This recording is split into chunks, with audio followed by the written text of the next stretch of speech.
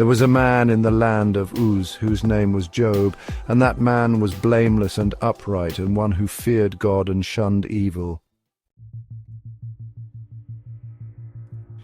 And 7 sons and 3 daughters were born to him. Also his possessions were 7,000 sheep, 3,000 camels, 500 yoke of oxen, 500 female donkeys, and a very large household, so that this man was the greatest of all the people of the East.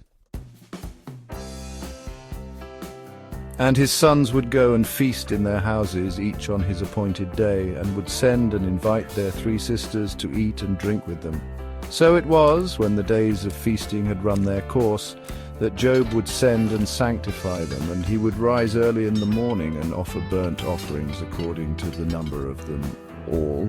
For Job said, "It may be that my sons have sinned and cursed God in their hearts." Thus Job did regularly. Now there was a day when the sons of God came to present themselves before the Lord, and Satan also came among them. And the Lord said to Satan, "From where do you come?"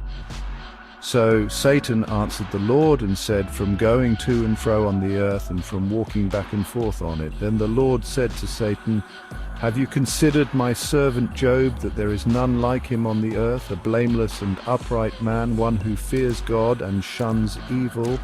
So Satan answered the Lord and said, "Does Job fear God for nothing? Have you not made a hedge around him, around his household, and around all that he has on every side? You have blessed the work of his hands, and his possessions have increased in the land. But now stretch out your hand and touch all that he has, and he will surely curse you to your face." And the Lord said to Satan, "Behold, all that he has is in your power, only do not lay a hand on his person." So Satan went out from the presence of the Lord. Now there was a day when his sons and daughters were eating and drinking wine in their oldest brother's house.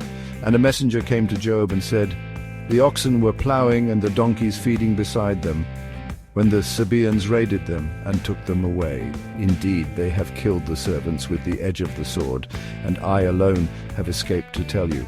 While he was still speaking, another also came and said, "The fire of God fell from heaven and burned up the sheep and the servants and consumed them, and I alone have escaped to tell you." While he was still speaking, another also came and said, "The Chaldeans formed 3 bands, raided the camels and took them away, yes, and killed the servants with the edge of the sword, and I alone have escaped to tell you."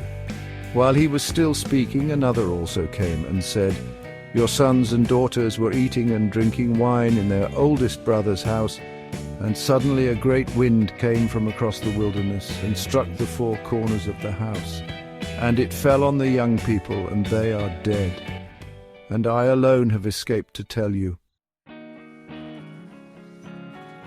Then Job arose, tore his robe, and shaved his head, and he fell to the ground and worshipped, and he said, "Naked I came from my mother's womb, and naked shall I return there.